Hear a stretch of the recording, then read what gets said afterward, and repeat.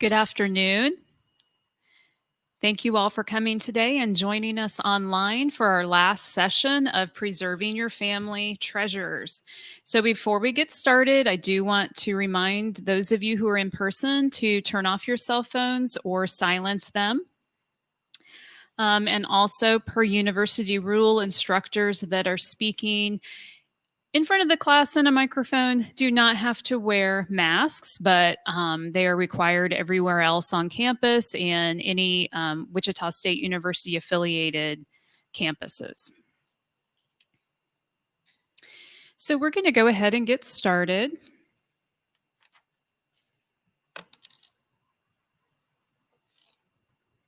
Today we're going to talk about oral history. We're going to talk about learning how to write down your own history and kind of what to do to get started. I'm going to talk about a couple of oral history projects, one from the past and then one that's currently going on that some of you might want to be involved in. And then we're also going to talk about conservation and restoration and kind of when is the time to call in a professional.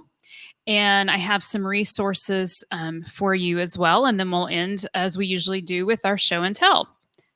So before we talk about oral history, I want to talk a little bit about oral tradition. And oral tradition is the form of human communication wherein knowledge, art, ideas, and cultural material is received, preserved, and transmitted orally from one generation to another. Oral tradition is information, memories, knowledge held in common by a group of people over many generations. So this could be transmission or through songs, could be folk tales, myths, ballads, poetry, all kinds of stories that get transmitted. And I mean, these can be historical as well, but it kind of is a cumulative of actual events that happen. And then, maybe where kind of our folk tales come into play. And it's a way to transmit this knowledge throughout generations in cultures that may or may not have a writing system. Oral tradition has existed since the beginning of time. So modern archaeology has been unveiling evidence of the human efforts to preserve and transmit arts and knowledge that depend completely or partially on an oral tradition across various cultures. So last week, we talked about the Underground Railroad quilt codes, and that's existed primarily through oral traditions.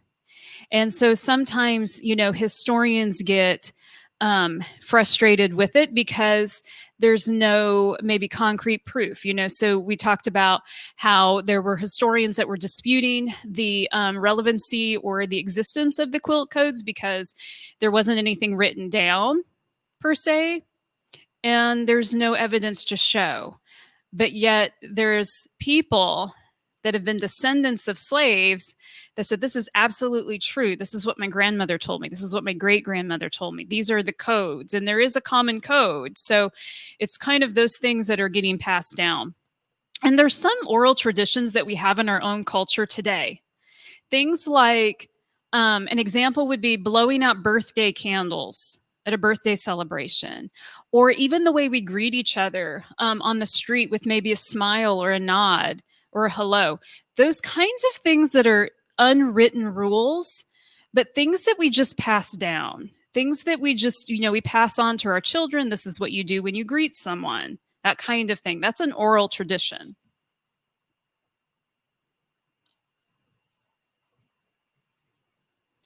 The ancestral Puebloans in the American Southwest did not have a written language.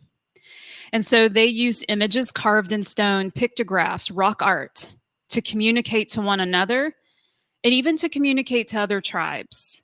And so they might communicate, they might write or carve symbols that have to do with a successful hunting trip. Or they might have images that have to do with religious icons or spirits, gods, the time of year that maybe they would be having certain ceremonies. Those kinds of things were a way to communicate. And also, mothers passed down the knowledge of pottery making to their daughters, grandmothers to granddaughters.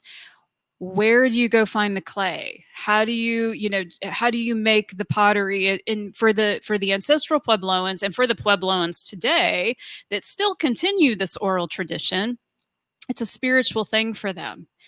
And it has been since, since many generations before.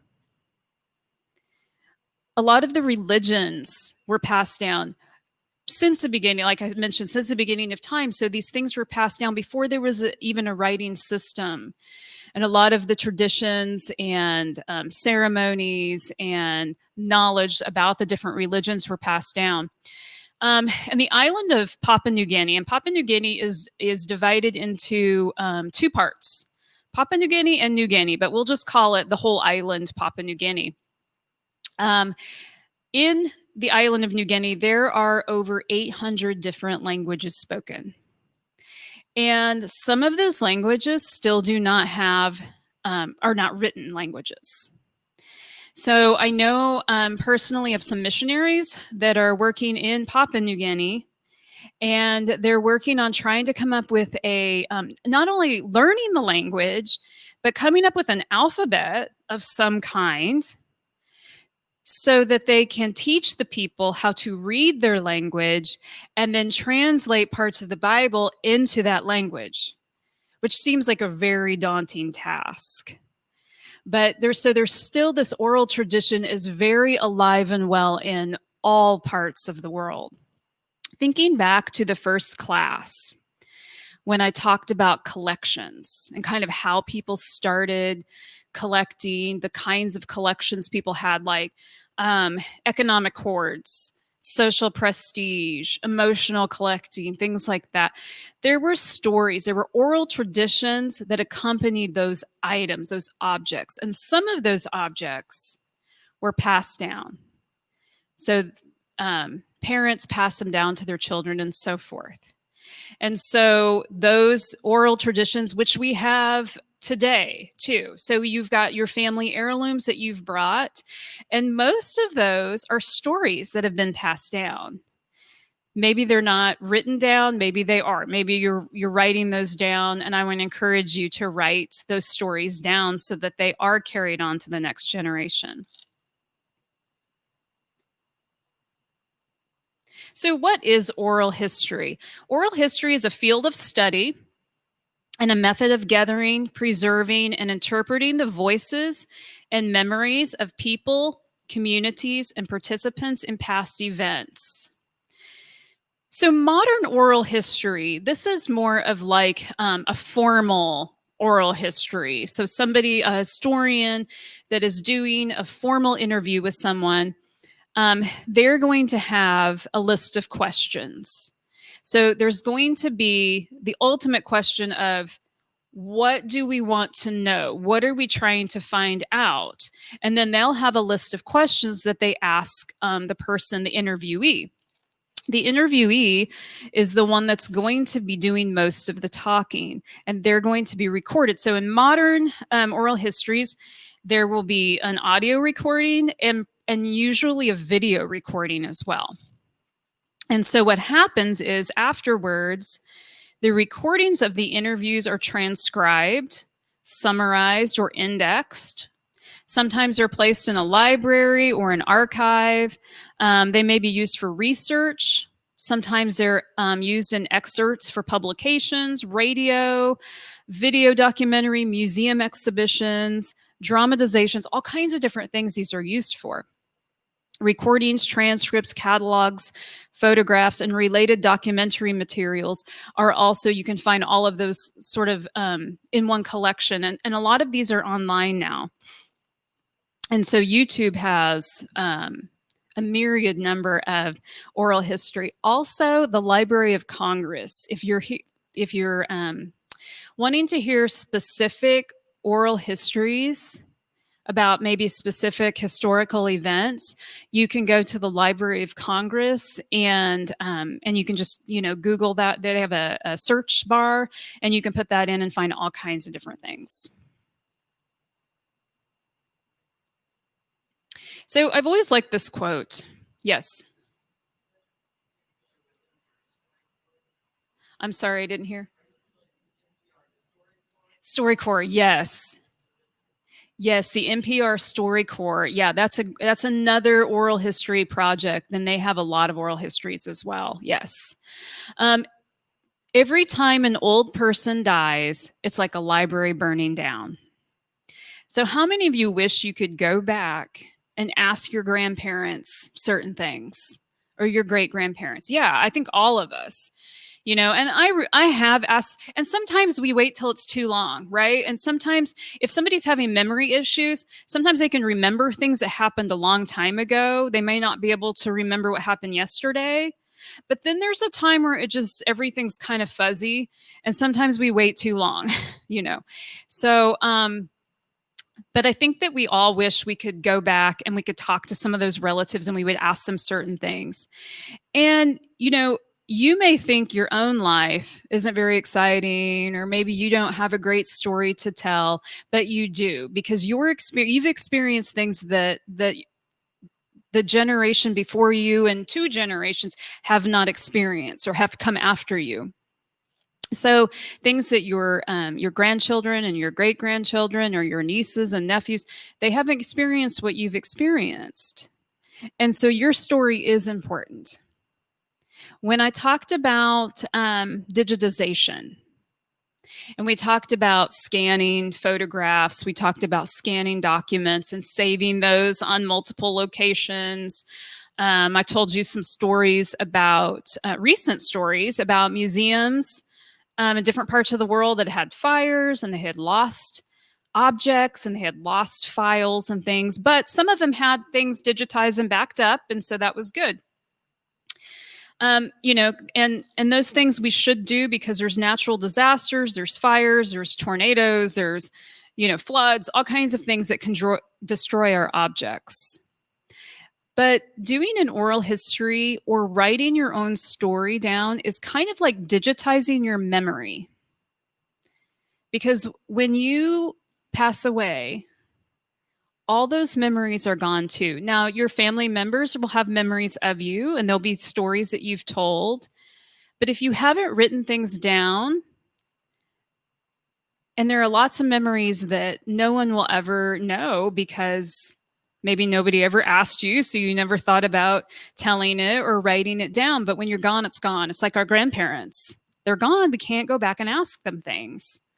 So it's kind of another digitization project is writing down your story or recording it.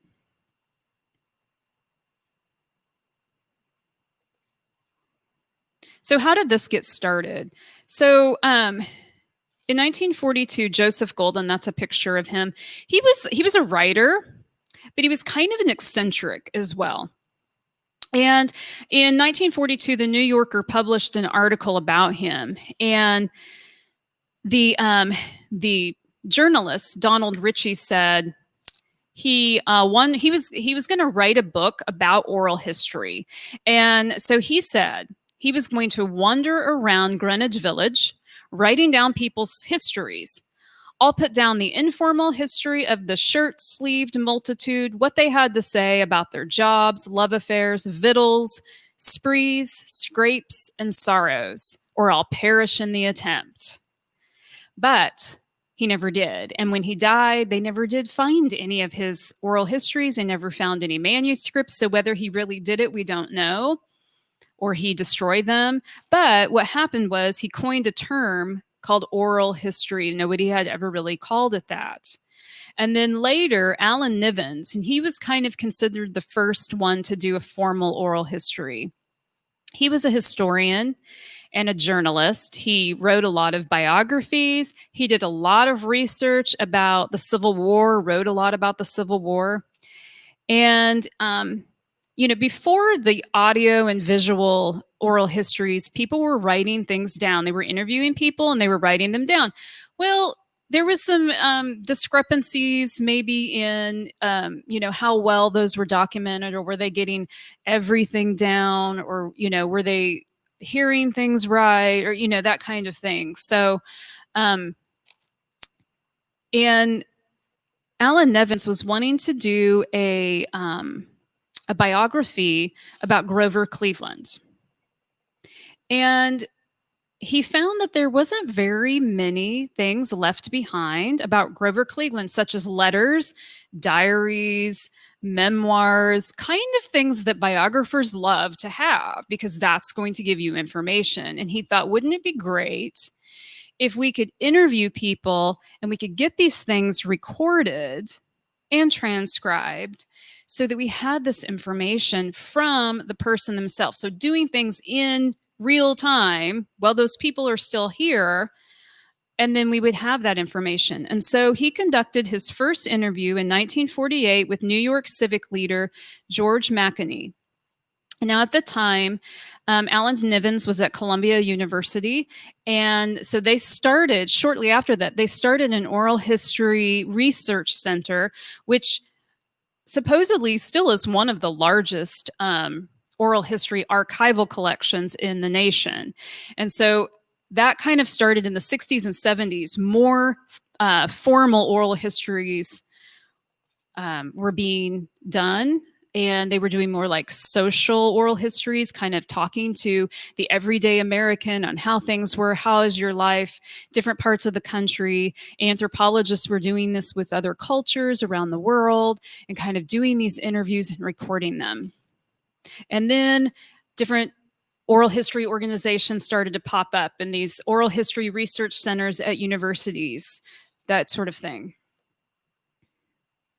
So here are some past oral histories that were of significance. And of course, this first one was not recorded. These were written down. But after Lincoln's death in 1865, his secretary, John Nicolay, and law partner, William Herndon, started to gather memories from people who had known and worked for him. And so this kind of gave just a broader picture of who Abraham Lincoln was. Now, of course, these were written down. Obviously, they weren't recorded. One of the most notable efforts to interview people on their living conditions, working conditions, and these also help to improve working conditions, because we know some of the early working conditions of the early 1900s, the Industrial Revolution, weren't so great. And so these interviews of people and their experiences helped improve those working conditions. Among the most notable of these early efforts to collect oral accounts of the past are the thousands of life histories recorded by the FWP program, or the Federal Writers Project. And this was primarily during the 30s and 40s. And so they were interviewing people, during the Depression. Normal working people, what are things like for you? How has your life changed? What is your living condition? All of these things that people didn't know or didn't understand, or maybe that would be useful in the future. So the idea was they were going to transcribe all these, put them in a book, and have this volume available. But funding was cut. They couldn't get the funding to do it. And then World War II happened, and then nothing happened. The manuscripts are still available, and they are at the Library of Congress.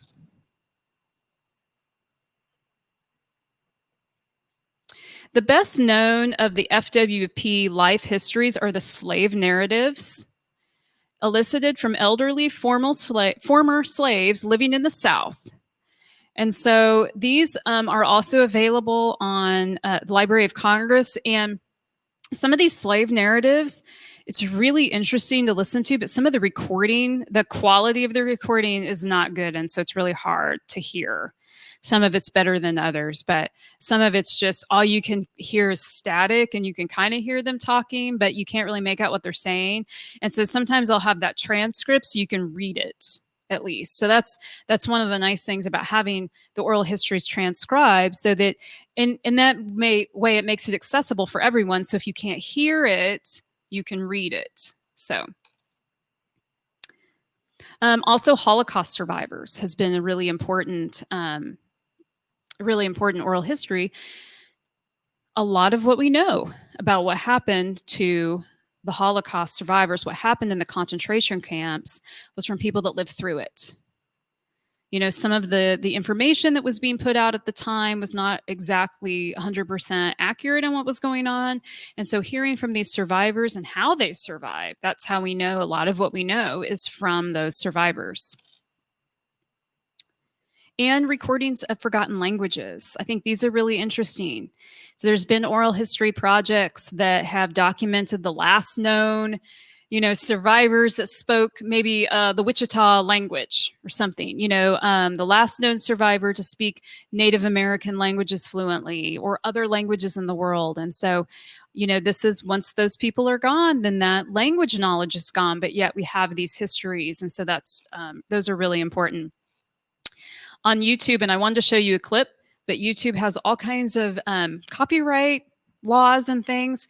So I couldn't show you a clip of this, but the Alabama, I think it's the State Historical Society, they have done a series of oral histories of survivors that survived the 1919 Spanish flu. So these people are like 100 years old or older. And so some of these interviews, and I'm not sure what year, I don't know that it was 2020. I think maybe some of them were last year. So, I mean, they're recent. But they're really interesting in comparing what's going on now with COVID-19. And so comparing those and some of the things were really similar about, isolating yourself, keeping at home. The kids had class outside, that sort of thing. And of course, children were very susceptible to the Spanish flu. So they talked about, this one man talked about, his friend that he played with down the street died one day. I mean, it was just, so anyway, it's just kind of interesting to hear about things that we're experiencing now, but things that people experienced in the past and kind of the differences and how they persevered through that. Maybe some of the mistakes that were made or some of the things that we could do now. So, and I think that oral histories are important because, if you like history and you remember learning about history in school, we learn about certain things and certain parts of history. And sometimes you get older and you realize that wasn't the whole story. I didn't really learn about Christopher Columbus, and everything that he did until maybe you got older or, whatever, things like that. So, when we can hear about these histories from people that lived in that time period, that experienced those things, it just gives us a much broader and richer view of the past than maybe what we get in books or newspapers or social media. We hear the real story of what's going on and what really happened. So some ways to record oral history. Interviews. So let's say you could interview. I was going to have you guys do a project, a little activity in class, but just because of the way the class is formatted with online and things and people not getting close to each other, I scratched it. But do this at home. You could do this with a friend. You could do this with a spouse. You could do anybody. If you want to interview each other, come up with a list of questions to ask to get the conversation started. The interviewee should do most of the talking. So if you're the interviewer, you should really just stick to your questions and let them talk. So sometimes the interviewer will have to sort of to rope in the person if you're trying, especially if it's a specific topic that you're wanting to learn about that person. And sometimes people can get off on tangents. And so you have to kind of bring them back to the topic. But focus on chronology. That's kind of usually the most natural thing for us, is to kind of start from the beginning. And don't interrupt if you can. Sometimes just that silence will jog memories. And sometimes an oral history takes on a different direction. And that's okay sometimes. Sometimes that's where it needs to go. Open up a new topic with a large question. Tell me about, or can you describe? Tell me about, where you were born, or can you describe what your siblings were like, or just whatever. It could be anything, any of your questions. And Try to get specifics of the experiences, not just opinions. So don't just say, how do you think children should be raised? And maybe you could ask, so how did you raise your children? Tell me some things that you did with your children when they were little, or something like that. Avoid yes or no questions, because that makes it way too easy for people. And you're not going to learn anything. And be flexible. And that's where I was thinking, sometimes oral histories might shift in different directions, and that's okay. So, what kinds of equipment should you use? Very simple. If you have a smartphone, you can use that. You can use it to record their voice. You can use it to record video also. Or you can get a little fancier with video recordings and things like that. But whatever you use, even if you're just recording yourself, you should save it and back it up, because we lose our phones. Our phones die, things happen, whatever. So make sure that it's saved elsewhere, not just on one device. So why does it even matter? Why should you even write your story? Every person has a unique story. Just like I mentioned before, you might not think yours is unique, but it's going to mean something for your family. You grew up in a different time period. You had different experiences. I remember my great grandmother, when I was a kid, she would talk about going to school in a one-room schoolhouse. And to her, it's just what she did. It was part of her life. But I never had that experience. I didn't know what that was like. And so it was really interesting to me to hear about that and how she grew up on the farm and those things. Maybe you've had some experiences that were painful experiences, but those all, your painful experiences, your hard things that you went through, those all help shape you into the person you are today. And just persevering through those things. How did you do that? How did you handle it? How did you get out of that? How did it change you? Those kinds of things, are probably things you've never written down, or, maybe recording those, saying those out loud is not something that you really want to do. And maybe it's easier to write it down. Then write it down by all means. If that's easier, then do that. And sometimes writing those things down can be kind of therapeutic for you, and start thinking about your life and kind of how you got to be where you are today. Write to leave a legacy. We get so busy now, and people are going 100 miles an hour. We don't just sit down and talk about things. We don't just think about sitting down and interviewing people, or, write about how you met your spouse.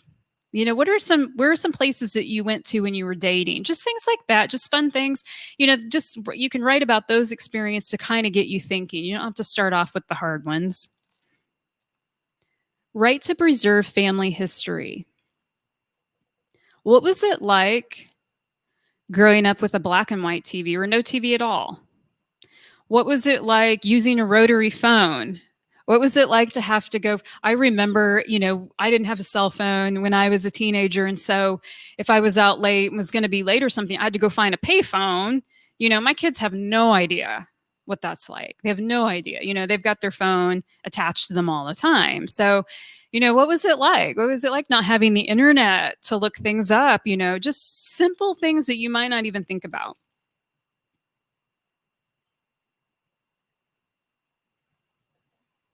So how do you begin? You're the best person to write about your story because you know it, you've lived it. So own that story. You have a unique perspective, so write about your experiences. Only you can write about your experiences. Start with some favorite memories. What are some things that just come to you right off the bat? You don't have to start in this one certain spot. You can just start with maybe some happy memories that you have. Record significant life events. What are some, and those could be, maybe you want to start out at the beginning, start off chronological order. What are some things that you remember from your childhood, good and bad? Because the bad ones are just as important as the good ones.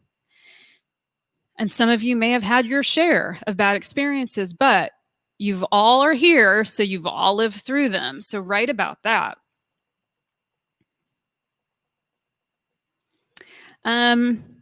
Be specific. Be specific about people and time and events. My great grandmother that I just talked about, she told me she was a little tiny thing. She was not even 5 foot tall. She had all brothers. In this one room schoolhouse that she went to was mostly boys, and they would play baseball at recess or after school, and they would say, we just need one more person, we just want you to play, we need one more person in the outfield. And she was always like, I'm terrible, I don't. And there were never enough mitts to go around, and she told me she just stood out there as far as she could and just prayed the ball didn't come to her. Things like that. I mean, I still remember that she told me, so details, write down the details even if you don't think that it's that important. Start by creating a list. Where were you born? What cities did you live in? What schools did you attend? What pets do you have?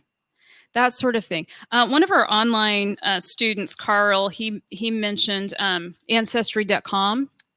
If you are doing genealogy on Ancestry.com, they have a list of questions that you could ask for oral history, doing oral history, but you also to write your own history. There are so many resources online about just getting ideas on how to write your story, or just a list of questions. So there's really, no excuse not to have questions.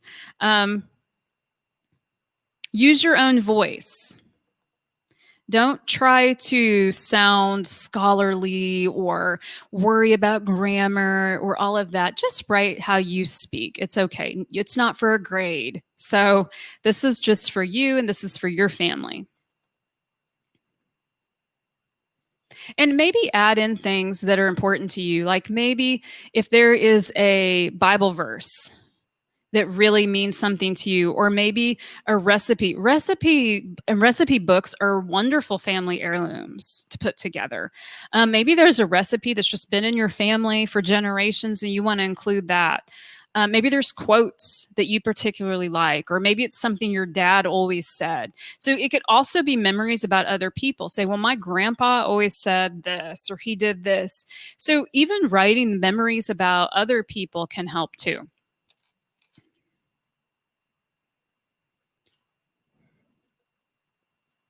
All right, so I want to talk a little bit about a couple of oral history projects, and I'm going to show you a clip in just a minute with one of them.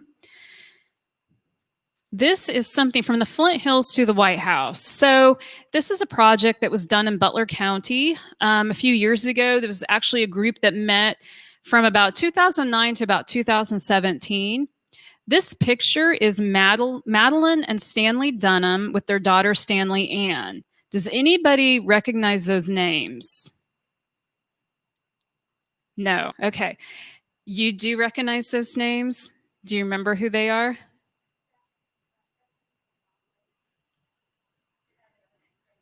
Yes.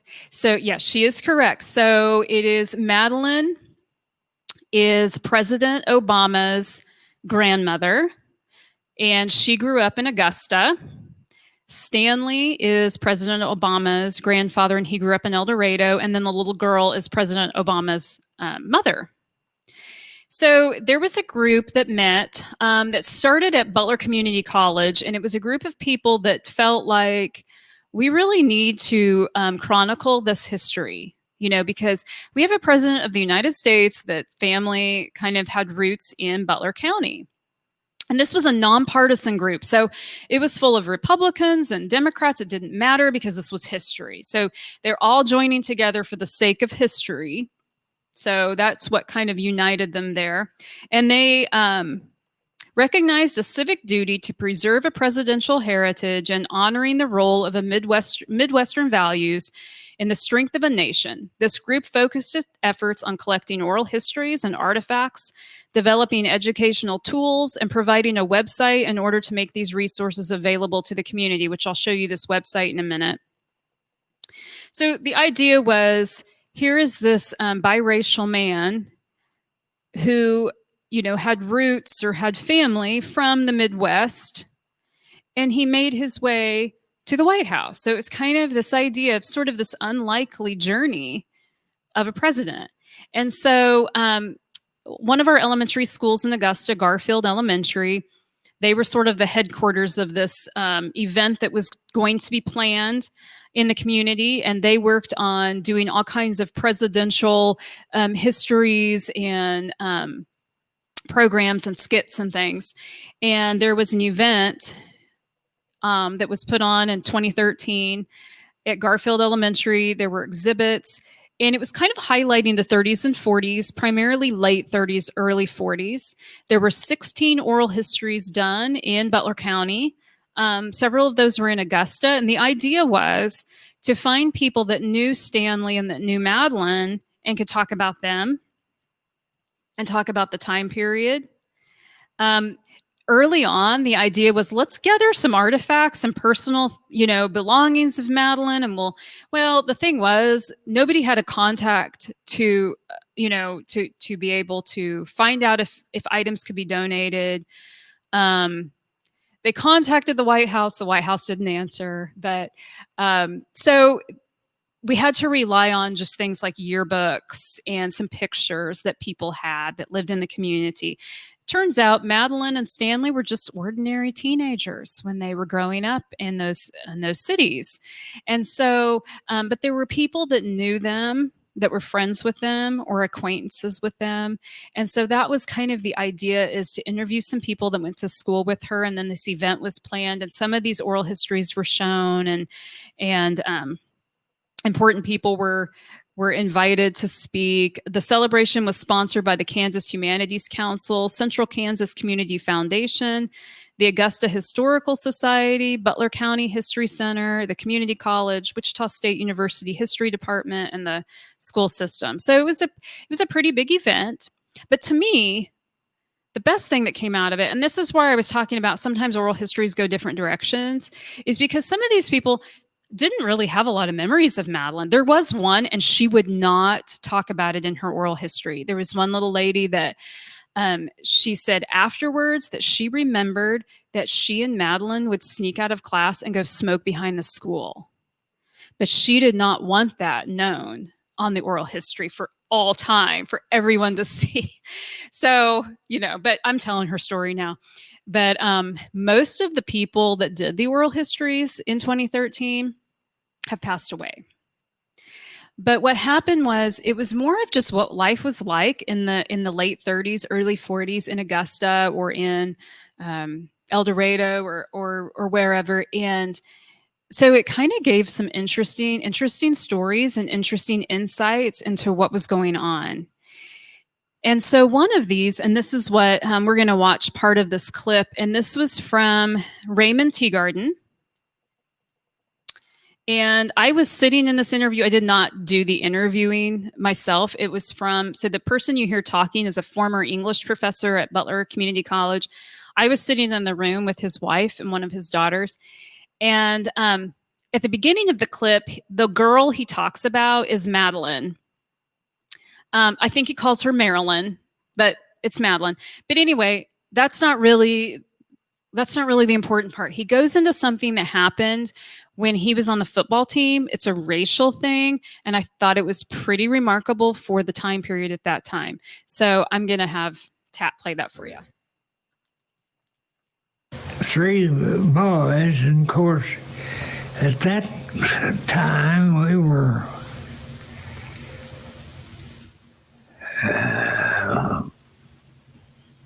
about 7th grade. When we moved up to the new house, we'd about 3 or 4 blocks from where Marilyn lived, and then we'd walk down to school, and she would talk to us and walk along. There was about 4 or 5 of us that did that. Uh-huh. And we had a good time. Well, you were in the 7th grade, and she was in the same class as you. Did you think she was pretty cute? Did you like girls yet? Yeah, I wasn't too worried about girls. Not until I got in high school. And then I started asking them for dates and so forth. And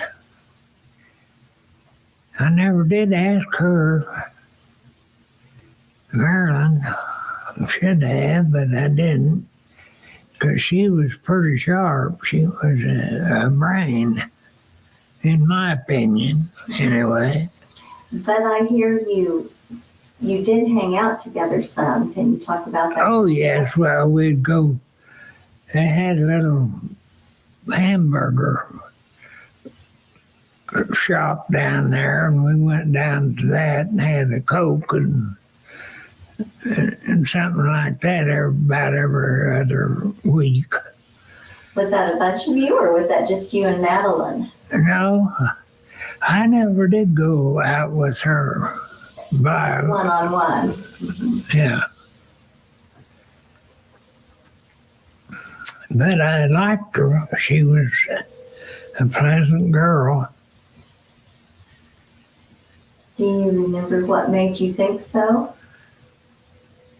You know, what made her different? What kind of things did she do that made you think she was special?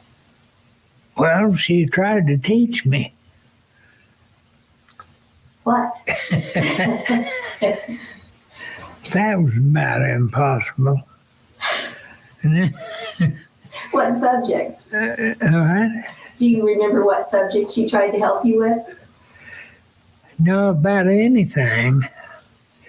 And then we got out of there and went on to the junior high. We went on to high school then, and I didn't see her much because I was too busy playing football and sports. Spent too much time trying to learn how to do it. Never was too great. So we've heard stories about the football team, and Herman Reed, black guy, was the captain of that team. Yes. Were you on that team? Yes. Oh, can you tell us about that? That sounded so interesting. Well, it was interesting. Herman's father was a shoe shine man down at the barber shop. And he was a good one. And they were nice, very nice people. And so we decided he was all right, so we all liked him, and he didn't have any trouble playing with us. He played football, and one time we went down to Fredonia to play them, and we had a restaurant there, and he was in a different car than I was in, so we went on in, sat down, and ordered, and they was starting to fix our dinner, and oh boy, they wouldn't let him eat in there, couldn't eat with us. So we just got up and walked out and left him there. I thought we'd be in trouble, but we didn't get in trouble. People, I don't understand them.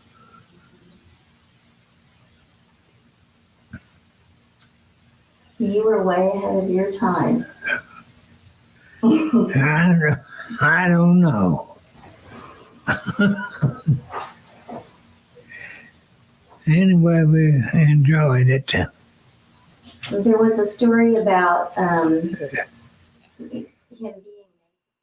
All right. So I hadn't heard about Herman Reed just because I had worked at I was at the museum, but had never heard that story about how they showed up at Fredonia to eat dinner, and some of the boys were there already.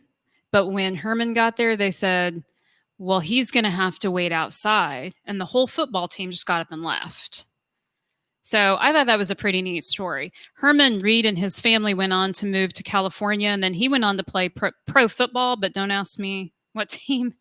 But so anyway, I just thought that was an interesting story. So that was kind of where it went in a different direction, maybe.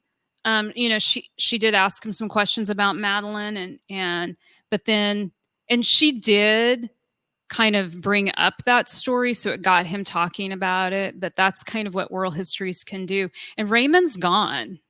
He's passed away. And so had that oral history not been done, that story, we may not have known that story at all.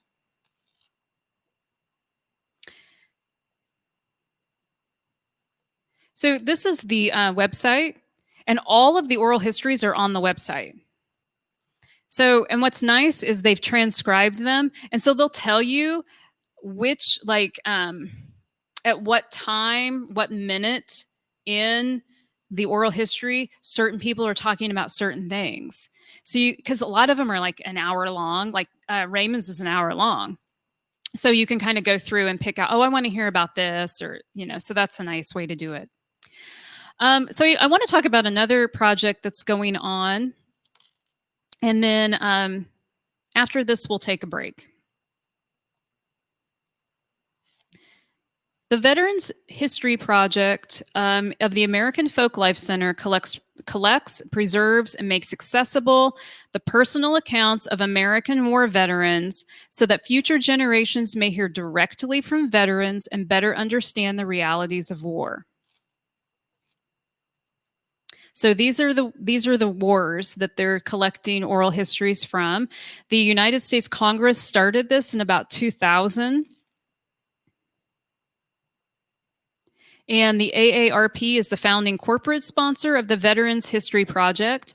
In addition to providing initial major funding for the project, AARP also spread the word to its legion of volunteers and almost 37 million members, encouraging them to get involved. Numerous state chapters have also been involved in the project. So if you're a veteran of one of these wars, or you know a veteran, you might want to be a part of this project. You could also be an interviewer, because they do want somebody to interview them. They're getting high school students involved in this project as well. This is how you can be involved. You can go to this website. It's also part of the Library of Congress. But if you can go to this website, you can also just type in the Veterans Oral History Project, and it will take you to the website. There's a kit that you can download. So you download this kit. It tells you exactly what you need to do. It tells you how to prepare for the interview. It has some questions or how to conduct the interview. And then how to send it to the Library of Congress and keep a copy for yourself and your family. So this is something that you might want to try to be involved in. Does anybody have any questions about oral history in general, or writing your own stories, or has anybody started writing things down? You have? Good. Did you start from just kind of a chronological order, or about a certain event?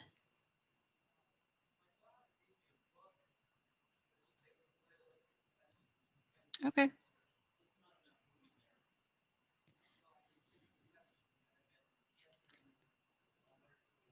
That's a great idea. Her daughter gave her a book with spaces to answer the questions.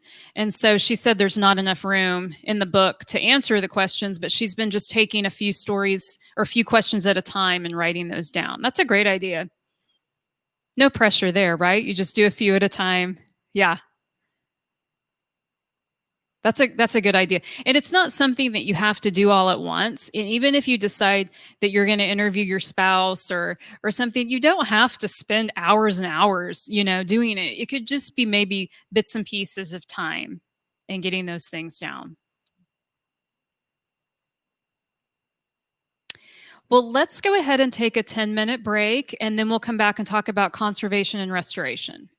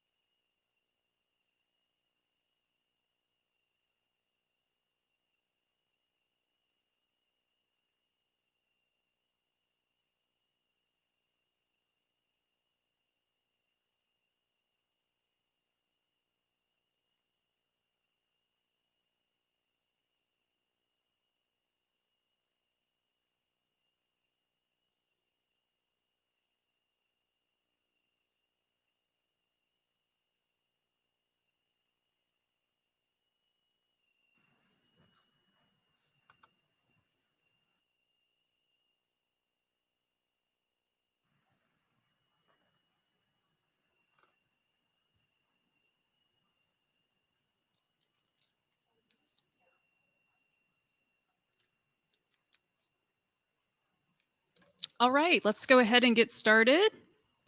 We're going to talk about our second part here. I am not a professional conservator. I'm not a professional restorer, but what I deal with is preventative conservation, which is what we've been talking about in this class. How to take care of the things that we have. So when things come into a museum, we want to keep them in the state that they come to us, or if we can improve on that. But we want to, we've talked about, acid-free boxes and archival plastics, and we've talked about light and temperature control and all of these things. And that's preventative conservation. You're trying to prevent things from getting any worse and decaying. But sometimes there are things that are beyond what we can do, and we need to call a professional. So let's talk about what is a conservator. Conservator physically are stabilizing and protecting artifacts. Conservators have special training. They'll have graduate degrees in art history, in whatever it is that the subject matter that they study, whether it's painting, textiles, books, that sort of thing. Also, chemistry. And this is what sets them apart from restorers, because they are using science. They're using history, but they're using science and chemistry in their stabilization process. And so a lot of them will have lengthy apprenticeships with other conservators to kind of learn how to do these things. A conservator's workshop will look more like a science lab than a workshop. They usually will specialize in one particular material. So you'll have somebody that just does textiles or just cleans paintings, that sort of thing. They are a part of, they're certified with national organizations. So they have strict best practices and ethics that they follow, which a restorer does as well. There will be certain best practices and ethics that they will adhere to.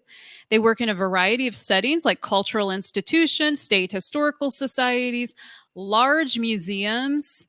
Sometimes we'll have either a restorer or conservator on staff, research labs, private practices, and various other places. And then on contrast, a restorer is much similar. The education is not going to be the same. They will be focused in art history, whatever that is, and obviously will have training in those whatever materials that they're doing. And they might restore a lot of different materials, but they're responsible for repairing damage to artwork or textiles. So if there's a tear in a painting, or if there's paint that's just kind of, or maybe a faded, they're going to touch up the painting. They're going to make it look better. That's the thing. It's more aesthetic, so they're going to make it look better. Restorers will also bind books, and they'll do things like that, just like conservators do. But again, it's going to be more on the aesthetic appearance of it. So the restorer is going to focus on repairing the appearance of the work. The conservator is going to think about that, but they're going to try to stabilize the whole piece for all time. So whereas a restorer might touch up painting on a painting, the conservator, for example, let's say, it's a Van Gogh. Well, the conservator is going to figure out what kind of paint did Van Gogh use? What was in it? What are the chemical properties? They're going to try to reproduce that and make it just like Van Gogh's paint. What are his brush strokes? How to mimic those brush strokes, and just where was he when he did this painting? So it's going to be a lot more involved than just touching up the paint. So how do you know what to do? Is it something you just want to improve the appearance on? Is it a book that you need bound? A conservator and a restorer would do that. Is it a painting that you just want touched up a bit? Is it some furniture that needs maybe it's some antique furniture and it needs to be reupholstered? then you could call a restorer. And I would say probably for most of the things that you have that need repair, probably a restorer would be just fine. But if it's something of historical or monetary value, like a Van Gogh, for example, that gets damaged, you're probably going to want a certified conservator to work on it. But ultimately, the choice is up to you. Just know that probably a conservator is going to cost more than going to a restorer, just because of the processes that are involved. And I'm going to have Tat show you a clip about a conservator, an art conservator at the Smithsonian.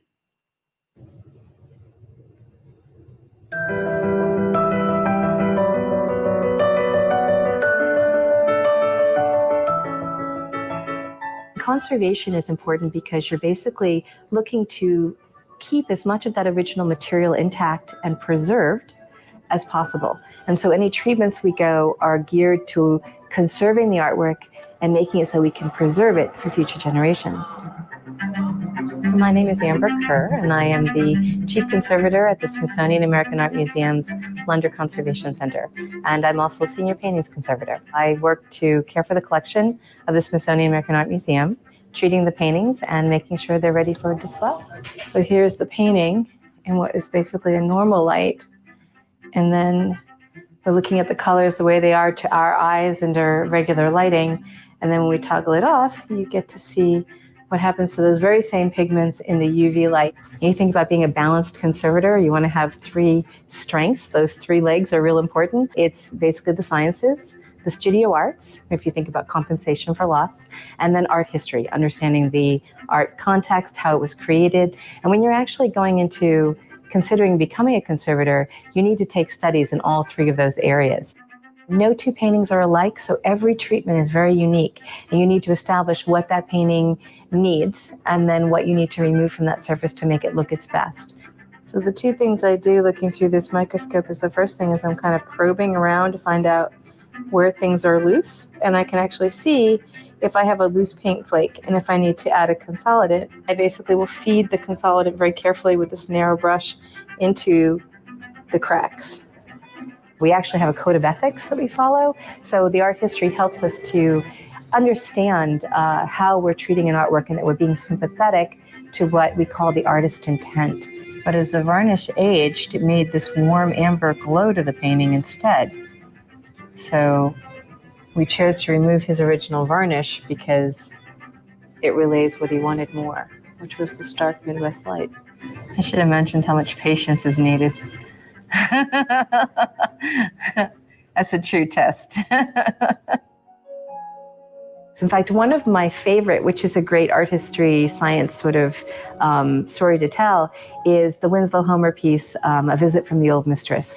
And during the cleaning of it, we discovered in the records as well as my actual cleaning that the painting had been heavily restored. And by restored, I'm using the bad art restored. Whoever treated it in the early 20th century tried to remove the varnish with something that was very aggressive, probably straight up acetone, and unfortunately nearly completely removed the central figure's face.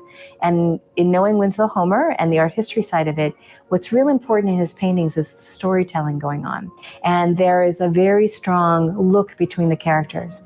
And so when someone literally almost destroyed or dissolved that central figure's face of the matriarch of that family, you took away all of her expression. And so we did a lot of research.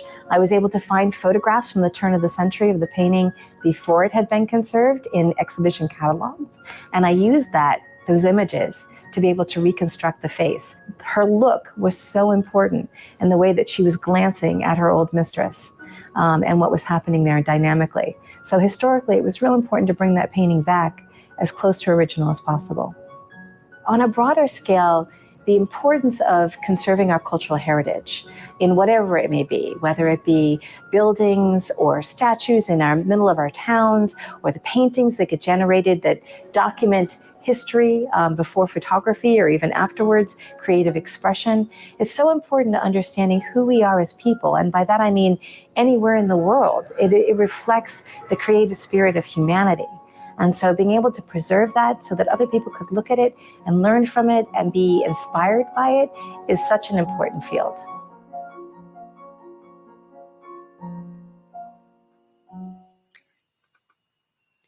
All right. So it looks like it takes a lot of patience. And if you caught what she said, sometimes conservators and restorers don't always see eye to eye on things. So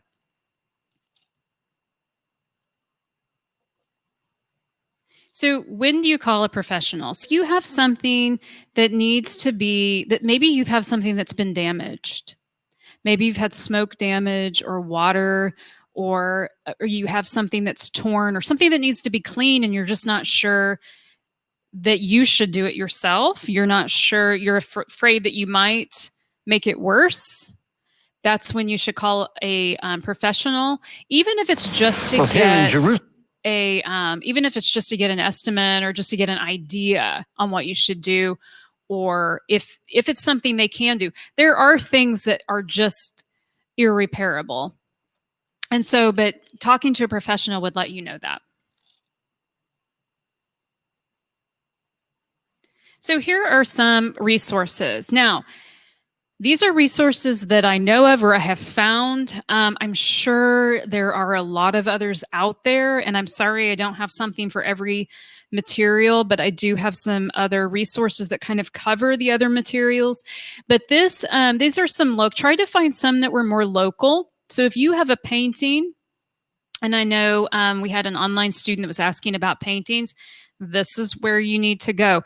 The guy in Topeka, Bob Swain, he is a restorer. He is not a conservator, but I think he does clean paintings. So the others in the Kansas City area are fine arts conservators. So these are people that primarily deal with paintings, all different kinds of paintings. And you should have all these on your slides. So. And then professional conservators for all materials. The middle one, the Ford Conservation Center in Omaha, Nebraska. I was at a museum conference last fall, and there was a man from the Ford Conservation Center there, and he deals mainly in paintings, and he talked about what they do. And it's a really interesting place. It would be a fun place to go and visit, and just to kind of see the things that they do, and how that, and his his workshop looked like a science lab. But they do have people there that specialize in all kinds of materials. So they have textile people, they have wood, they have people that deal with books, paper, all of those, just about anything. And you can send a picture. There's contact information on their website. You can send a picture in, and they'll look at it and tell you what they think needs to be done, and they can give you an estimate. So that would definitely be the way to go. And then also the one in Dallas, I believe, I don't know a lot about that one personally, but I think it's the same thing. Those are all, those two are also within driving distance. So if you do have something and you'd rather take it, then send it through the mail, which I would suggest. Then that could be an option. But at least you could send them a picture, and they would give you an idea of what they could do, if anything. And then you could decide from there. And even if maybe it's something that they could do, but they might be able to give you information. And all of these resources, if that person or that place can't help you, maybe they can direct you in the place that can, or somebody that can help you. Photo restoration services, and these are all in Wichita. And when we're talking about photo restoration, we're talking about digital. So as far as if you want something done to your actual photograph, the original, some things, like if it's faded, I don't know that a conservator would be able to fix that. If it's moldy or has water damage, a conservator might be able to do some sort of treatment on it to be able to clean it up. But most of the work on photos is going to be digital. So on those old faded photographs, they can make it to where it looks maybe just like or better than the original even, or if you have missing pieces or a photograph that's torn, and they can digitally restore that. So these are places in Wichita that will do that for you.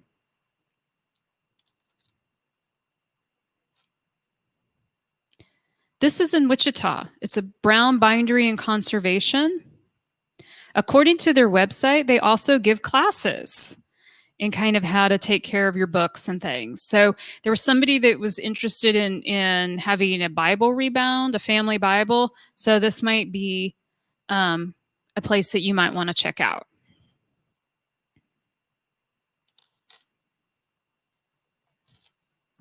Textile restoration. Now, I could not find places in Wichita. This Elite Cleaners is in Wichita. They do specialize in the cleaning and restoration of items that were damaged by water, fire, and mold. So this might be, now they say that they do work on antique items, but I would check and make sure that they do, because sometimes dry cleaners, some of the chemicals are not good on antique fabrics, but so I would check with them and just make sure. But if you've had things that have fire damage, smoke damage, or really moldy, this probably would be the place to check. And again, if they couldn't help you, maybe they could give you resources of places that could. And as far as repairing textiles, there may be places, I was trying to find places in Wichita that, places that worked on antique textiles, and I just couldn't find, but there's probably seamstresses and places that might be able to help you out if you've got a quilt that's coming apart or things like that. This textile restoration place is in Chicago. Same kind of thing, though. I think you can send them pictures. They do specialize in historic and heirloom textiles. They are certified by the AIC, which is the American Institute for Conservation of Historic and Artistic Works. So this is the serious conservator. So if you've got something that, is really that important to you, and you even just to get an estimate or just to check with them and see if it's something that they could take care of for you. And they also frame items in safe and archival ways.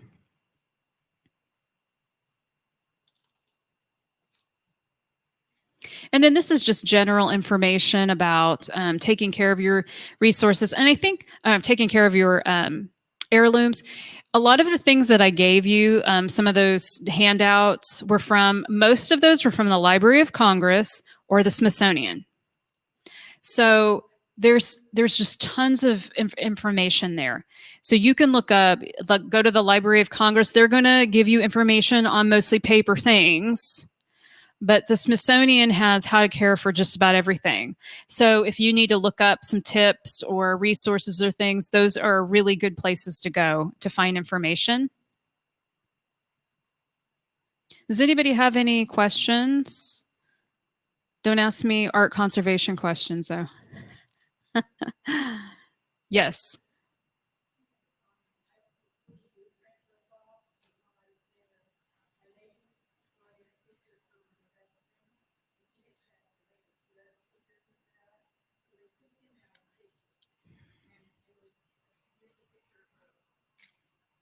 That they put into the, so she said at City Blueprint, there was a lady that brought in a picture of her husband that he had passed away, and that they somehow put a picture of her in that picture. Is that?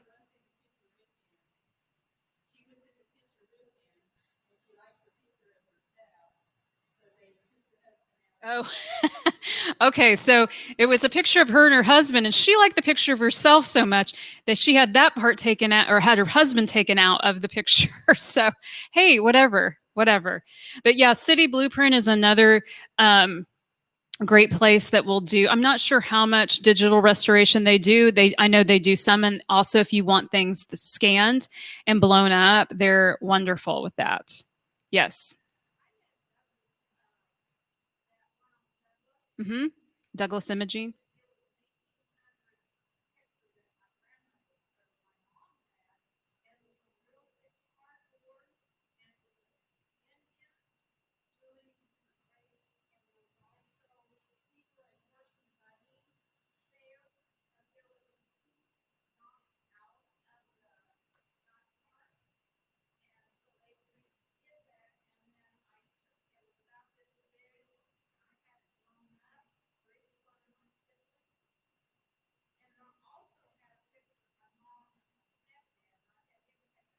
Oh. She was talking about Douglas Imaging did some of that digital restoration for her on an old photo, and that part of it was missing, and so she had them fix that, and then she made copies of it for her siblings, and then she also took somebody out of a picture that she did. Her was it your stepdad? He's out of the picture. So whatever, you can do all kinds of things. I have one last clip to show you, and then we're going to get started on our show and tell. And this one is about the preservation of the Dead Sea Scrolls. And I was in, these were on exhibit a couple of years ago in Denver at the Denver Museum of Nature and Science. And it was amazing. And they had, it was amazing to see the actual fragments. And they would leave them out for a certain amount of time, a certain number of days, and then they'd switch them with others so that it wasn't the same ones out all the time. So it was really interesting. But anyway, I found this clip about the. We go into our show and tell. I do want to thank everybody for taking the course. I hope that you have learned something along the way. I hope you've been inspired to take care of your things a little bit better and to pass those on and to write your stories. And so it was a pleasure to be able to see you each week. And so I just want to thank you for that. I do have one online person, and then we'll go with Vince. This is from Jane. And Jane, I know I'm going to mispronounce your name. Last name Kajeland. She was the one that talked about wanting to know how to clean paintings, and she asked about how to clean bronze. She says, my husband's mother, June Thatcher, was an interior designer in Wichita. She was a collector of many things. She loved bronzes. Note the big one in the bottom or in the side photo, and anything tribal and oriental. These are a few of her things that they inherited when she passed in 2012. They don't really know the origin of the items, just that she and her husband bought and acquired them. So just really beautiful things. Thank you for sharing those, Jane. And then I'm going to let Vince talk about his piece. And those of you, whoever wants to come up next, you can kind of just start making your way up. Sort of be in line to talk after Vince. Because I know you guys brought stuff. I saw it. So you can't hide.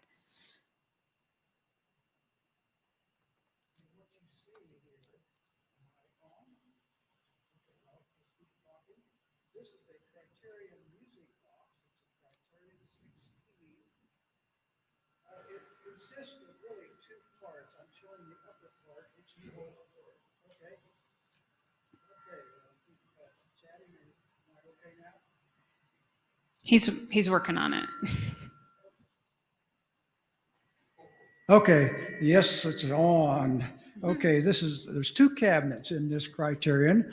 It stands about 7 feet, 6.5 feet tall, probably. And the player is in the top cabinet, and the bottom cabinet is a storage for disc, which I have a disc here. Didn't want to bring the cabinets. So the history of this particular criterion player started sometime in the 1890s. It traveled via steamboat, not the Arabia, by the way, from St. Louis up the Missouri River. And it probably went to a Nebraska town called Niobrara, and just across the Missouri River that forms the border between North Nebraska and South Dakota. The music player was probably transported from Niobrara down to Creighton, Nebraska by a horse and mule wagon, probably about 28 miles or so. And the new home was in a pool hall. Now, pool halls were kind of rough and tumble places. They served liquor and they had a lot of entertainment, but it probably served as kind of a jukebox for the musical entertainment.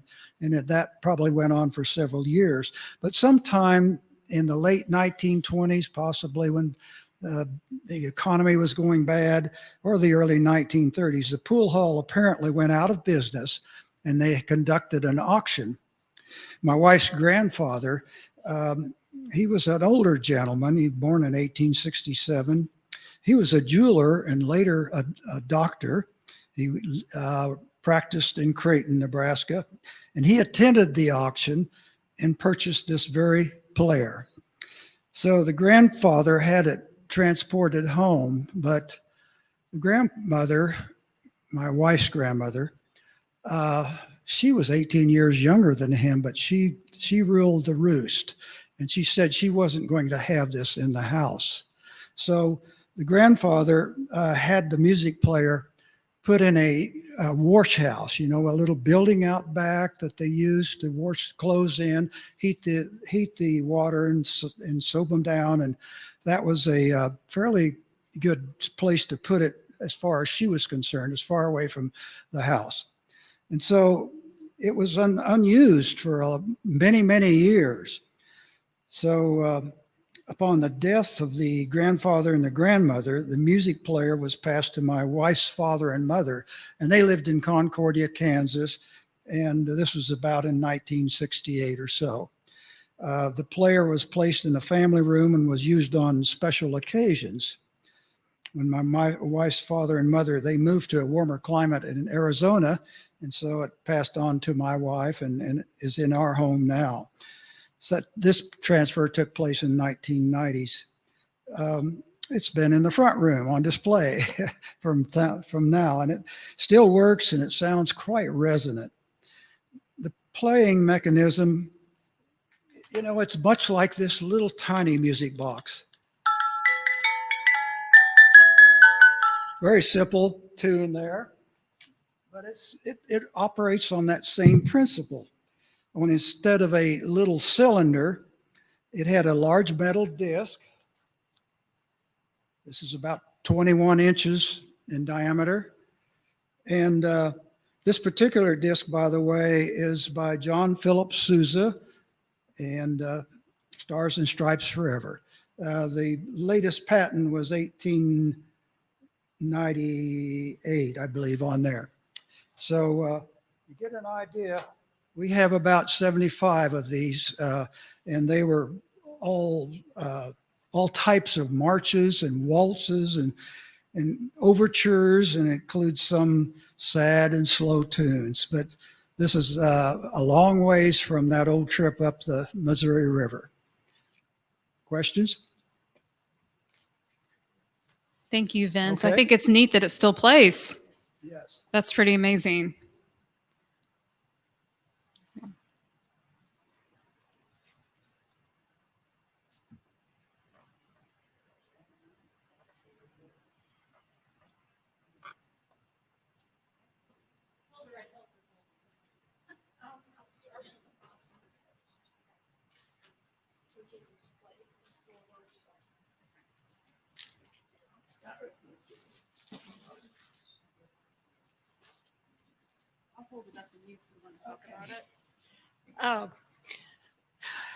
I had a quilt that was used by the family and made by my grandmother, and it was deteriorating, absolutely deteriorating.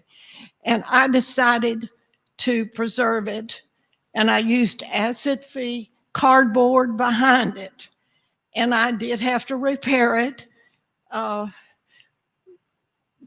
And so my main object was to display the fabric from 1920 to 1930. And I have her, it's a Dresden plate pattern.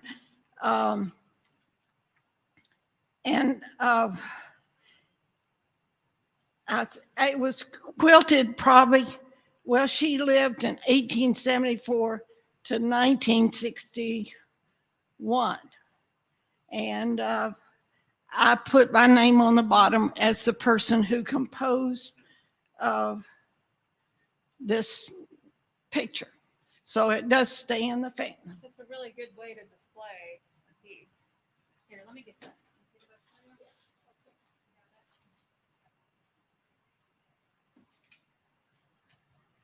This was a carved frame that my grandmother did, and my mother did pass it on to me. It has morning, you can recognize some of the morning glories. This particular lady grew up in the Mississippi area and went to Mississippi Women's College. And so I've tried, they wouldn't have a record of what they did back then. And so I am trying to trace when she attended this university. I do think, because her signature is on these very old little pieces of paper, I know it was carved by her. At least my mother said so. And I don't know if it was a recreation type thing or offered by the university or something, where you would take a class. And the reason I deduct that is it's signed with her married name. So if she was a student when she did it, I think it would have her maiden name, but there's no way of proving any of this. It was an oral history. So it's in.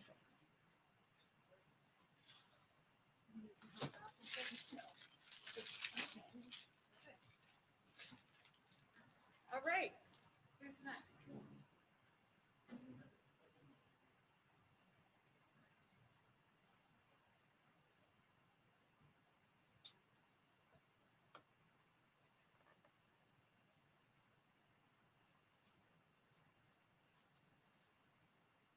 You can use that chair back there too if you want to set things on it. Okay.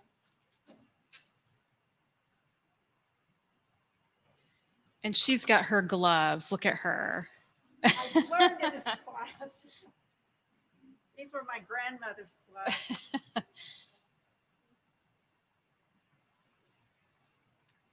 My family had a, well, it was my great-great-grandfather was a diary keeper, and the original diaries he kept were from ledgers that it looks like they erased what the financial information that had been recorded there.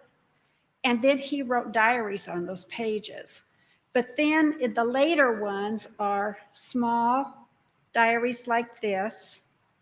And I'd like to read two things that he wrote that kind of give an idea of what their life was like. And here he says, had fearful hail and rainstorms about 2 o'clock this morning. Broke 15 glass out of our windows, knocked off all of fruit, damaged trees bad, had campers to come to house and stay until morning. I went to town, got glass and putty, $1.50, wire 10 cents, put in glass. And then on, oh, here, I can't turn the pages very well with these glasses, with these gloves on.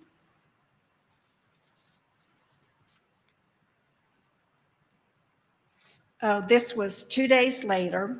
Fearful windy, wind from south, commenced to plow again this afternoon.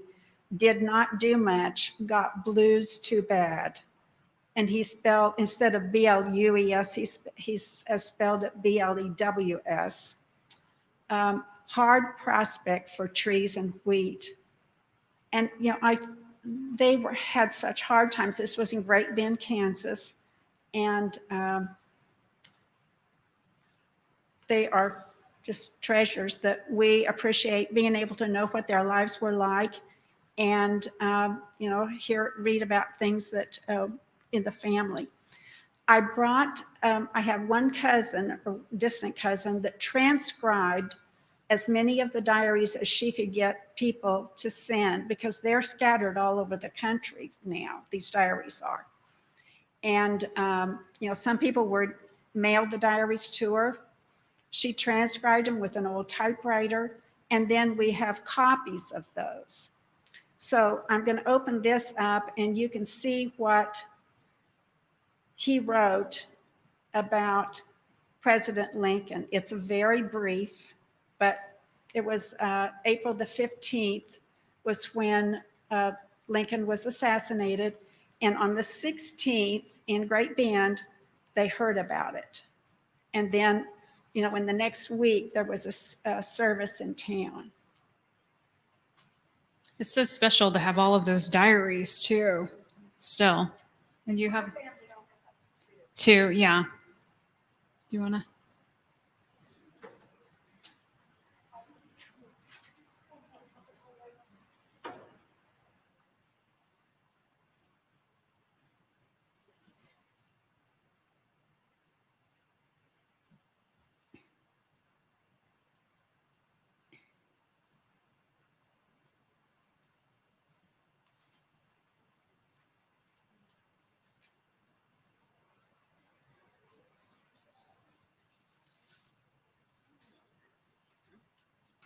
Well, I brought a few different things. They're not exactly family things, but my husband and I are interested in history, and we have a lot of different collections. I also sell antiques, so we've been into that sort of thing. And my mother, I was interested in depression glass and the pretty glassware, and my mother kind of got me started with it, and I just started picking up and collecting all these different pretty pieces that I saw everywhere.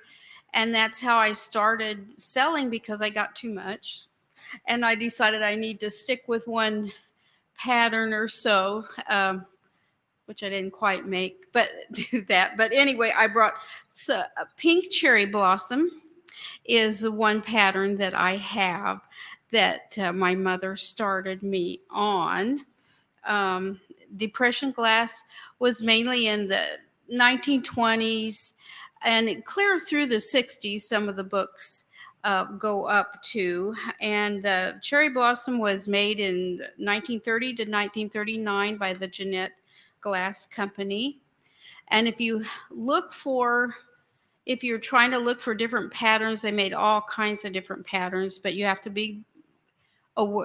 beware of reproductions, because there are many reproductions, and so you have to make sure you get the right thing. But now they're not quite 10-15 years ago, they were worth a lot more than they are now, because I think people just don't value them as much. But anyway, I still enjoy my glassware.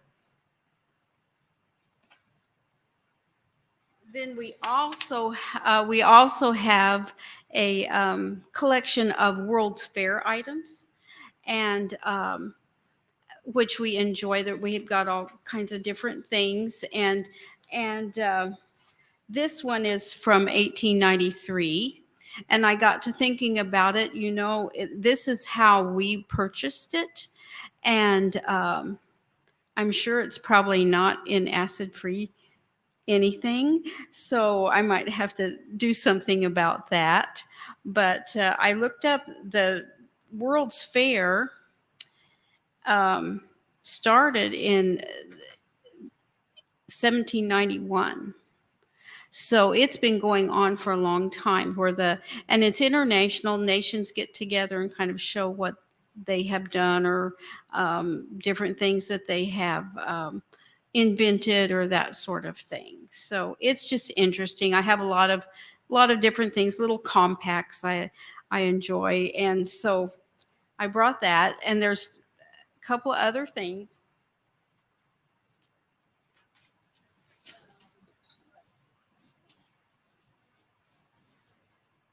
Yeah.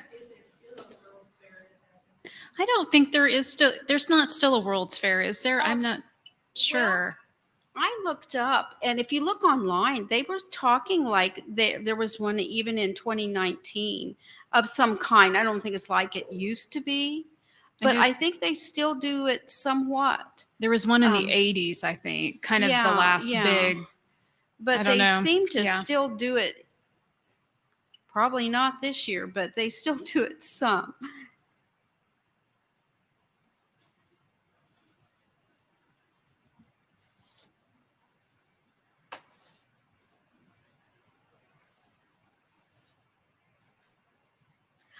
I can show all the different things I brought, but this is um, our daughter did a genealogy, and in my husband's family, Davy Crockett is a distant, very, very, very distant relative. So we collected a few Davy Crockett things that he was, and these were, I think, were made probably like in the 50s. When they made the movies and all different things about him. But here's a Davy Crockett cookie jar, and we've got a mug and different things. So it's just kind of fun. So thank you. Okay, thank you. Who else is related to Davy Crockett? Seems like everyone is. My sister-in-law, who lives in Texas, she's related to Davy Crockett. So anyway, who's next? We got somebody in the back. She's coming up. No? She's not. She's saying no.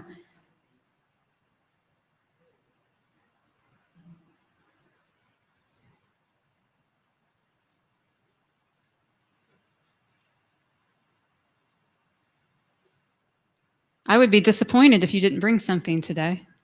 I'd hate to miss a week. This doesn't show off as well as the other things do, but this is probably the greatest treasure that I got from my folks, and it is our family history. When they were in their 70s, we had them each narrate how the family came to America. And that's the stories that are in here. My brother transcribed them, made copies for all of us in the family. And then want to add that you don't let things rest. In talking with them over the years, occasionally some anecdote would pop up in our conversation. And I said, that needs to go in the history. So I started sticking in notes.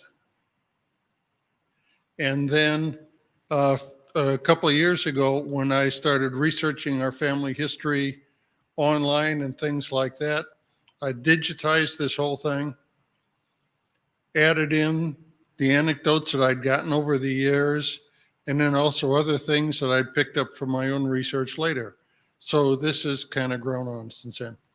So were those recorded originally, or did somebody No, just write them down? He just Yeah. transcribed. My brother That's great. transcribed what they told him. That's great.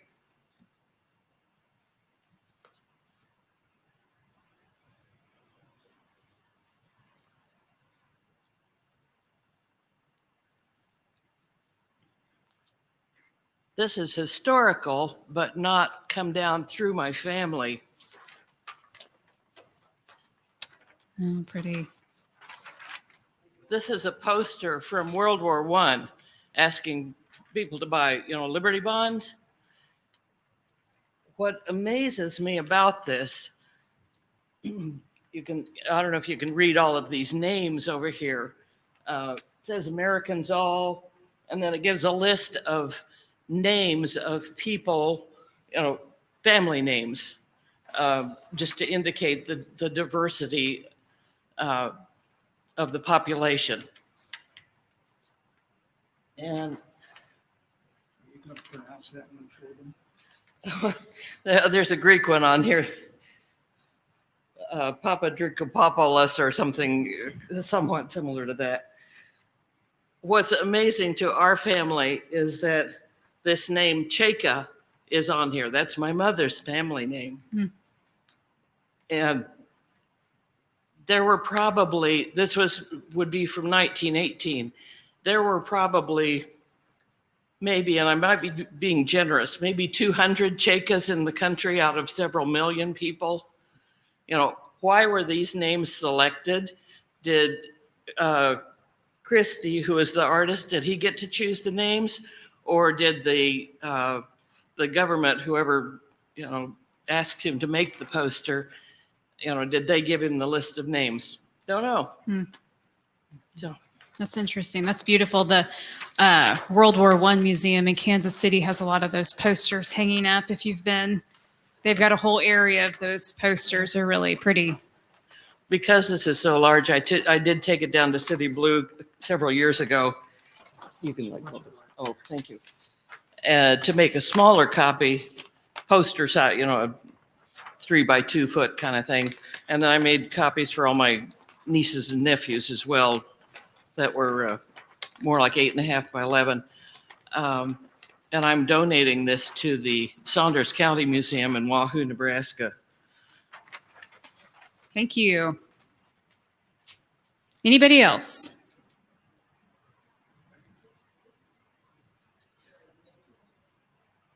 Going once. All right. Well, we do have the transcriptions over here of this diaries, and it was your grandfather, great-grandfather, great-grandfather, and he wrote some things about when Lincoln was assassinated, just kind of like they found out the next day. So you might want to take a look at that. And so, all right. Well, thank you so much. And this concludes our class today.